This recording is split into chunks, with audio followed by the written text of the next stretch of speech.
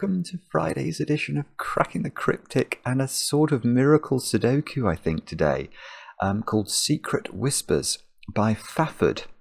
And I remember Fafrd. I think I've only ever done one puzzle by Fafrd, but I seem to remember describing that puzzle as the most astonishing Sudoku construction I'd ever seen, because it was, I want to say it was an 11 by 11 blank Sudoku grid with just one 11 cage, which was 2 cells in it somewhere, and that was all. And it had a ludicrously short rule set, and yet you could fill in the grid and you could locate the 3x3s within it. It was absolutely uniquely brilliant. And I've looked at the rules to this one. I don't know how difficult this one is, but the testers say it's brilliant. And it's a very simple rule set. These are normal Sudoku thermometers, normal black dots, and the only other rule is that adjacent digits must differ by at least 3. That's it. And we're going to be able to fill this grid in. Isn't that fantastic? So this is going to be my task for today's video. But I've got loads of things to tell you about for that. In fact, I'm going to give a shout out to this puzzle, which I did yesterday, and is one of the most elegant, and it's just exquisite. It's a Fog-Of-War puzzle, as you can see. It's called Lavender in the Fog by GDC. And what I loved about it is it has some little arithmetic tricks in it, which are just wonderful. And it's exquisite from start to finish. A really, really beautiful puzzle that I think, if you were, if you were a keen student and you wanted to find some way of enjoying maths, that puzzle might be interesting, because it really is just lovely. So I wholeheartedly recommend that one.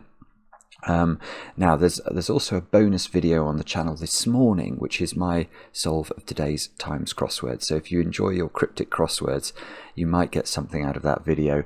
Difficult puzzle today with 2 ferocious clues, one of which is an outrage. So hopefully, if any of you are into your cryptic crosswords, you might get something out of that one. Next, I thought I would... sometimes on the channel I have been known to lament the fact that at parties I might not be the most popular person, and I seem to have a soporific effect on people, and some of you are very kind and say that couldn't possibly be the case. Well, last night I went out to dinner in London with a couple of friends, and we had sushi, and one of my friends was kind enough to take this picture here, in which I don't know what I'm talking about. You can see I'm wearing my Cracking the Cryptic hoodie. And my friend Danish appears to have gone to sleep. So it's not just me telling you, look, it's really true. So yeah, just kind comments only, please. But no, it was a very good evening, and I did enjoy it. So thanks to Ewan and thanks to Danish for many laughs. Now, what else? We're streaming next Tuesday. We're going to stream a game called Chants of Sennaar at 10 o'clock UK time. We'd love to have your company for that. And next Tuesday, we have a brand new Kickstarter launching, and I can show you a little bit more about that today. Let's start off with this. It's amazing artwork from Hayley Mooney. And look at this. Isn't that beautiful? And then, hang on, there's one more thing as well, which is oh no, that's not how to get it. It is there. And this gives you a flavour for what it might be. It's a Fog-Of-War narrative-driven Sudoku adventure from Cracking the Cryptic. And yeah, it's going live on Kickstarter next Tuesday, and features a story which we've specially commissioned from the multi-talented Peter C. Hayward, Hayley Mooney's artwork, and some Fog-Of-War puzzles by, I think, the world's most popular author of Fog-Of-War puzzles, none other than Sandra and Nala. And there might be some other bonus things coming as well. So this is really exciting. We've been looking forward to sharing this with you for ages. And yeah, we're sorting out the Kickstarter preview page as we speak. So look out for that. That comes, well, the actual Kickstarter itself launches next Tuesday. Then the only other thing I wanted to mention is I wanted to wish somebody a very happy birthday, and that person is Elaine over there in St. Petersburg, Florida. Now, Elaine, the reason I know it's your birthday is your friend David Ratner wrote to us. Now, David Ratner is one of the absolute doyens of the Sudoku community. Fantastic, fantastic person. And David said, well, he asked us to let you know that the last 15 years of knowing you have been absolutely magical, and you owe him line dancing lessons until his feet fall off. which sounds fantastic. Well, not the feet falling off bit, but I love that message. So Elaine, many happy returns, and I hope you get to have chocolate cake, of course. And with all that said and done, let's have a look at Secret Whispers and see what Fafrd has in store for us. I mean, I've basically run through the rules already, but I will do them properly now. So we've got normal Sudoku rules apply. So we have to put the digits 1 to 9 once each in every row, in every column, and in every 3x3 box. Adjacent digits must always differ by at least 3. So if this square was 5, what does that mean? Then we couldn't put 3, 4, 6 or 7 in any of those squares. So they would be 1, 2, 8 and 9, I think. That's quite interesting immediately, isn't it? That's quite a big constraint. So anyway, that's how that rule works. Digits along a thermometer must increase from the bulb end. So if this square here was a 3, then this square here would be at least 6. And okay, so that's interesting as well, actually. That's interesting because you can't put higher than a 3 in a bulb. I've now realised of one of these little thermometers because of the way the rules work. So yeah, the way that Sudoku thermometers works is that digits increase from the bulb end. They don't have to increase by 1. In fact, in this puzzle, they can't increase by 1. They have to increase by at least 3. So just as mercury rises along real or thermometers in the real world, so digits rise as we move away from the bulb in Sudoku world. So if that's 3, that's 6, that's 9, is one possible way of filling a Sudoku thermometer in this puzzle at least. Digits separated by a black dot must be in a 2-to-1 ratio, i.e. one digit must be double the other. So if that square's a 2, this square could either be 1, because 2 is double 1, or it could be 4, because 4 is double 2. And that's how black dots work. So do have a go. The way to play is to click the link under the video as usual. But now I get to play. Let's get cracking. Now what I've realised actually, as I put in that example, is that I think this puzzle is about entropy. By which I mean, sometimes we see entropic lines in Sudoku where the digits along the line have to be, say you had a 3-cell line, you'd have to have one of the cells would have to be from the digits 1, 2, 3, one of them would have to be from 4, 5, 6, and one of them would have to be from 7, 8, 9. And I felt as I was doing this that that's what I was being led towards. I mean, the 2 bulbs of these thermometers, now we've worked out they have to be 1, 2 and 3, don't they? Because if we did try and put 4 in a bulb, the next digit would be at least 7 and the next digit would have to be at least 10, because we have to have each sort of domino has to contain digits that are at least 3 apart. So that digit is 4, 5 or 6. That digit's 4, 5 or 6, and that digit is 7, 8 or 9, if I could type it. Yeah, okay, so what I'm seeing there is that we might even want to colour this, because it is true, if we look at those 2 digits together, one of these is low in the sense it's from the 1, 2, 3 set, one of these is high, it's from the 7, 8, 9 set. So this digit could not be part of the 1, 2, 3 or the 7, 8, 9 set, because the digits wouldn't be far enough apart. If this was 1, this couldn't be 3 even, it's only 2 apart. If this was 9, this couldn't be 7, it's only 2 apart. So this has to come from the middly set, if you like. So this is 4, 5 or 6, but I think what that means is we are being called upon by Fafrd to, let's use low, high and green, green. That looks relatively distinct. I hope that's okay for anybody who suffers from colour blindness. So we're going to make low digits blue, middly digits green, and high digits orange. which are the hot digits, these are the cold digits, and these are the middly digits. So this is a middly digit, is what we've just learnt. And is this black dot? Well, yes and no, actually. This black dot is restricted, isn't it? Because it's restricted. This one's restricted as well. They're restricted by their nature, I've suddenly realised. Sorry. Yeah, you can't put a 1-2 pair on a black dot in this puzzle, because they're only going to be 1 apart. You can't put a 2-4 pair on a black dot in the puzzle, because they're only 2 apart again. Did I say 1 and 2 are only 1 apart? I should have said 1 apart. I think I might have said 2 apart. But anyway, 1 and 2 are 1 apart. That's not enough. 2 and 4 are 2 apart. So this is either 3 and 6, which are 3 apart, so that's 3 or 6, or 4 and 8. And 4 and 8 would be plenty apart, wouldn't they? But the thing that I'm immediately seeing here is that this cell can't be a middly digit, because that would be 2 middly digits together, and that's too naughty for words. So no middly digits here. So this is 3 or 8, and if this is 3, that doesn't work. That actually doesn't work. It's pretty.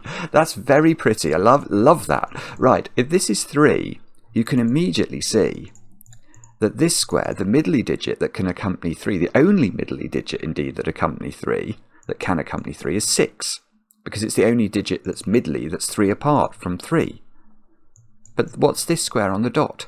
That's got to be 6. So that doesn't work. And that means this is 8, and we have a digit in this ludicrous puzzle straight away. So that's 4. So that's not, well, this is 5. It's 5 because 6 is only 2 away from 8. So that's 5. That's not 5 in the corner, therefore. 5 can't be next to 3, because 3 is only 2 away from 5, or 7 by sort of symmetry. 8 comes out of this square. I don't know what I did there, but I wanted to make that square a 9, which is not going to put pressure on this one, is it? Can we keep this going? Right, what we can do is colour. That's orange, that's middly, so that becomes green.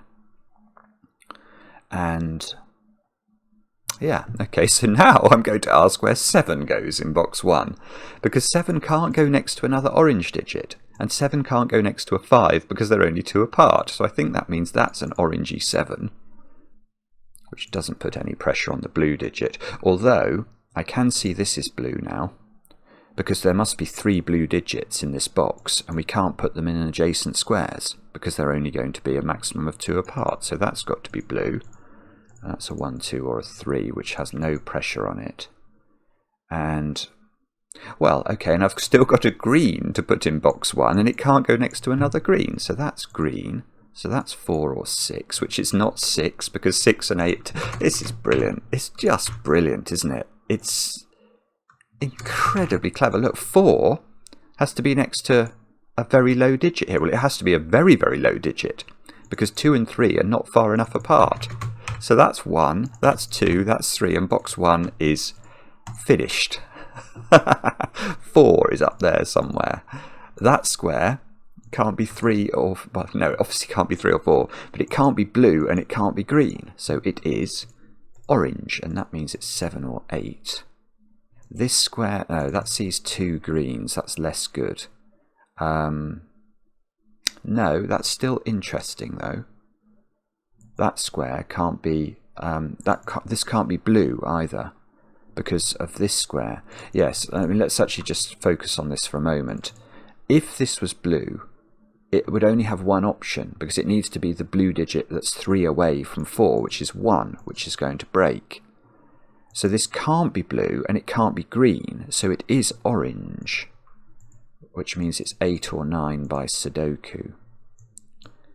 And that means this can be 7, because 7 is 3 away from 4. There's a knowledge bomb. Okay, so maybe we do this box now then, because this square has the same property as that one did. It sees blue, it sees orange, so it is green, which is 4, 5 or 6. And right, what does that mean? Let me think.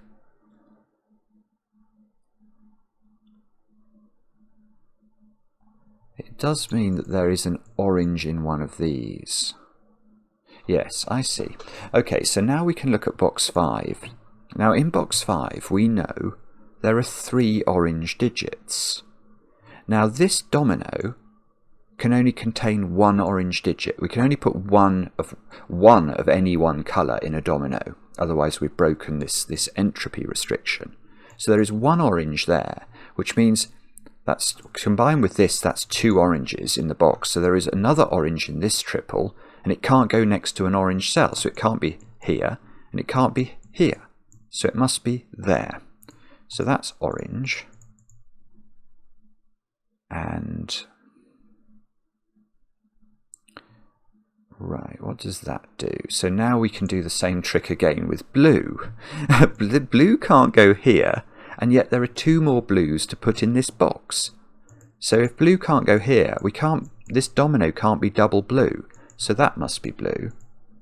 And now, okay, so now I've got to put 1 more orange. Hang on, I've got to put 1 of each now. I've got 1 of everything in here. So how do we do this? Can we... Oh, okay, I'm going to change tack slightly then. I'm going to look at column 4, where I've got 3 greens. Yes. Where do the remaining blues go in column 4?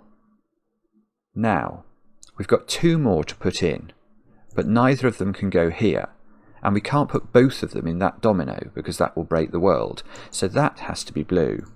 And that's going to, I think, allow us to at least colour this box. That's therefore green and that's orange by a process of elimination. Yeah, okay, and now in this column I've still got 2 greens to put in, and they've got to be kept apart because if they get together they're too naughty. They don't behave well. So now this square is a 1, 2 or a 3, and it can't be a 3 because 3 would be next to 5, and therefore that is a blue digit that's 1 or 2. 3 is in one of those squares, so this is not 3. This is it's so good, isn't it? So now, well, yes, okay, so now look at box 5 and notice that there is a 7, 8, 9 triple all looking at this square, and one of those squares must be a 7. And 7 can't be close to 5 or 6 because, again, that's just unacceptably close. So this square has to be a 4, which means these 2 squares have to not be 4. And now I've got 5s and 6s behaving, or trying to behave badly in box 2. So they have to be kept apart, and something's going to have to play gooseberry in the middle of those. And that, well, that's clearly got to be blue, because if that is not blue, all 3 of those are blue, and that is a ménage à trois that is simply not acceptable. So that's blue, that's not blue, obviously. So oh, I see. So the blues have to be kept apart, and that square is now orange.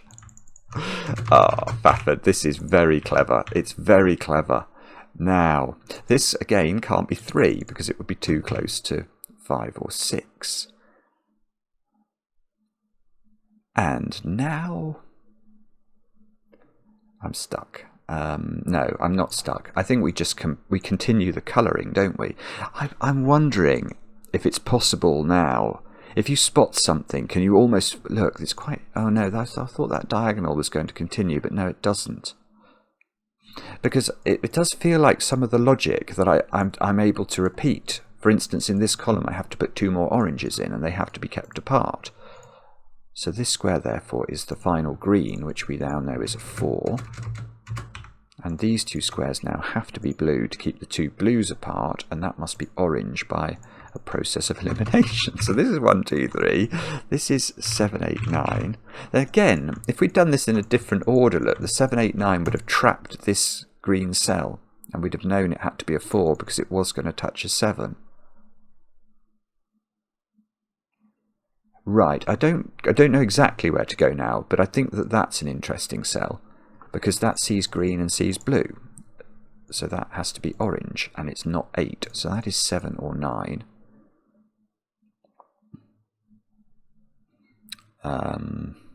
Yeah, okay, that was not the most brilliant deduction, was it? Let's cells. Okay, so what is it then? Just give me a second or two to try and spot something of value.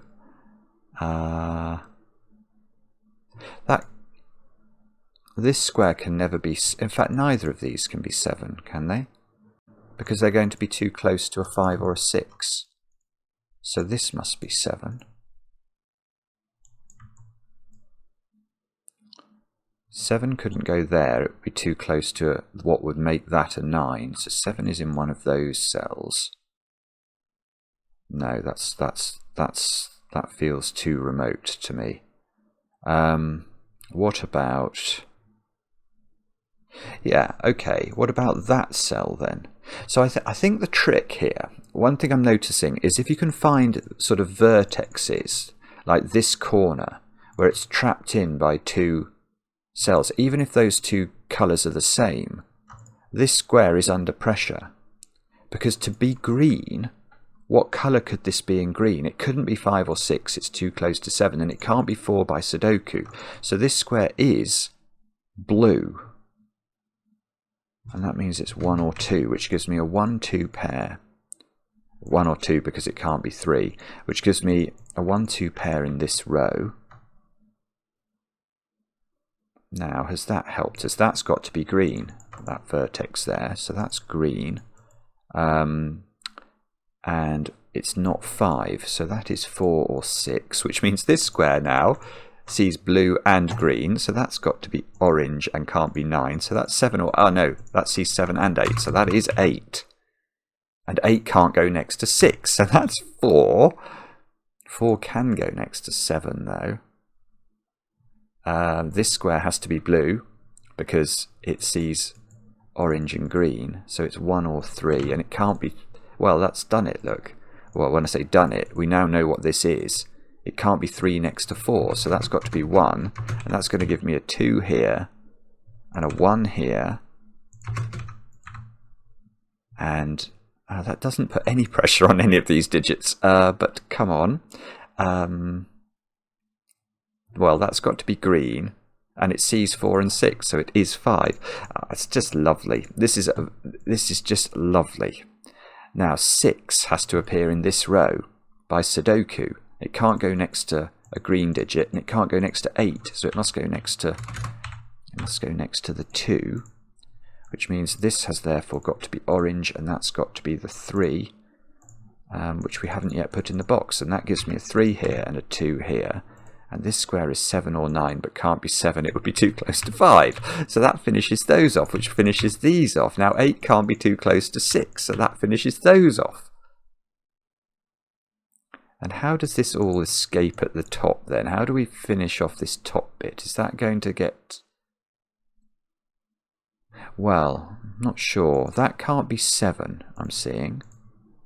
Oh, this is 7.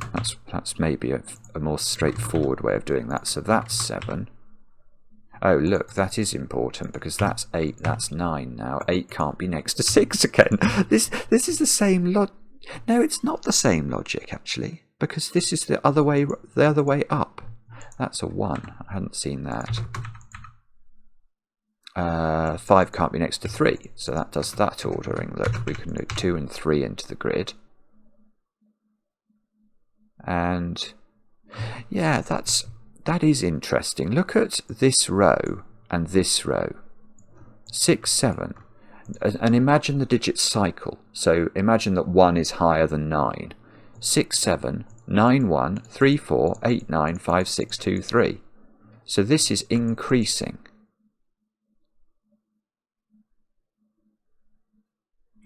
There's another weird thing going on. These rows differ.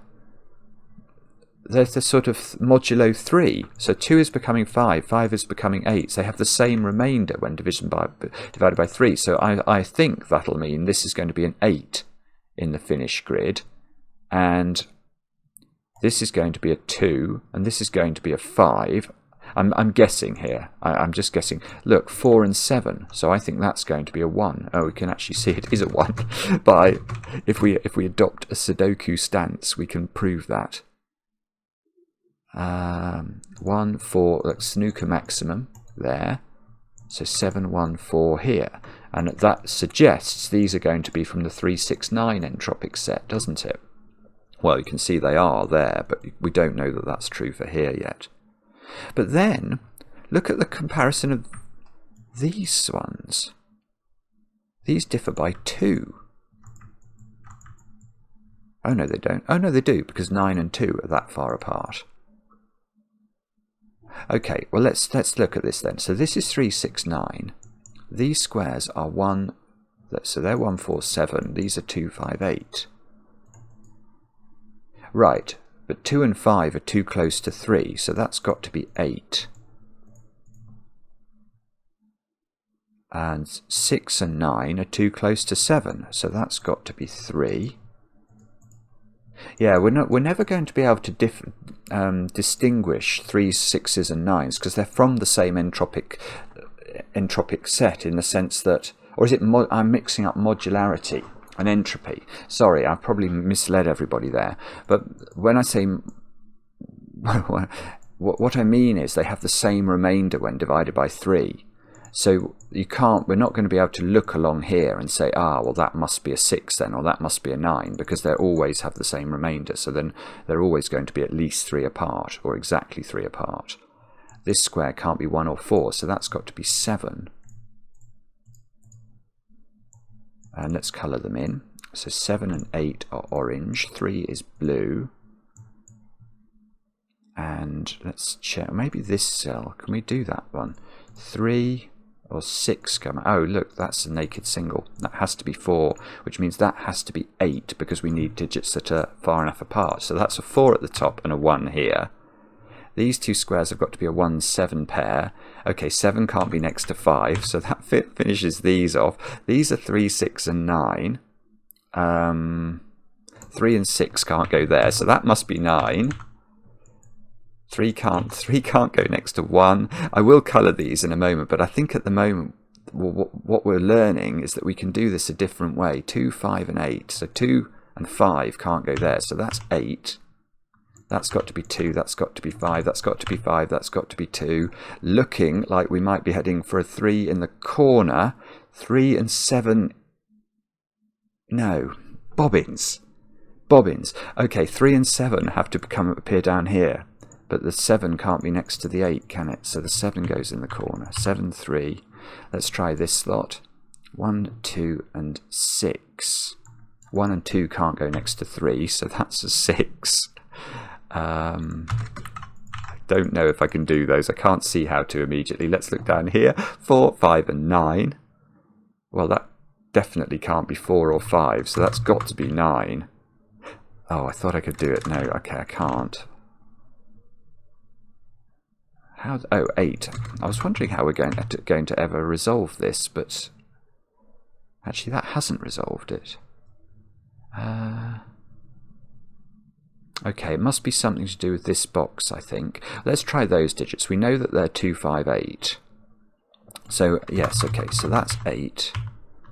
That's 2, that's 5.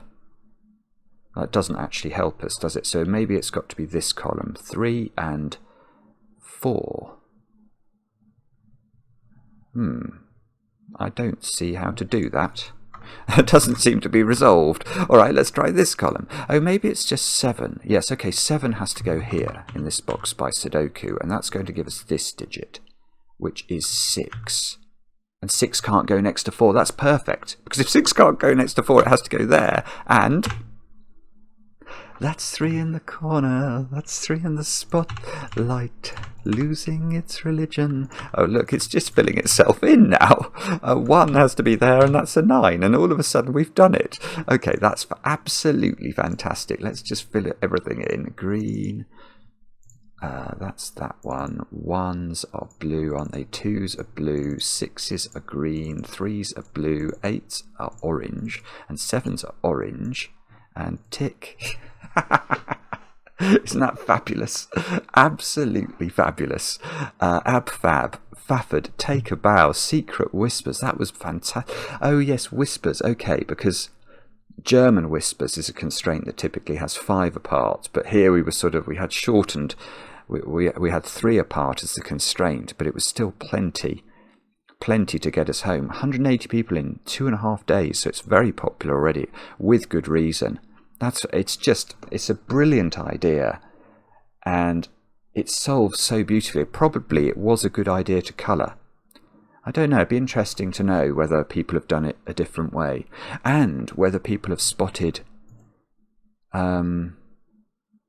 whether there are other patterns emerging in this grid. I feel that there probably are, but I will leave it to the erudite commentators to let me know.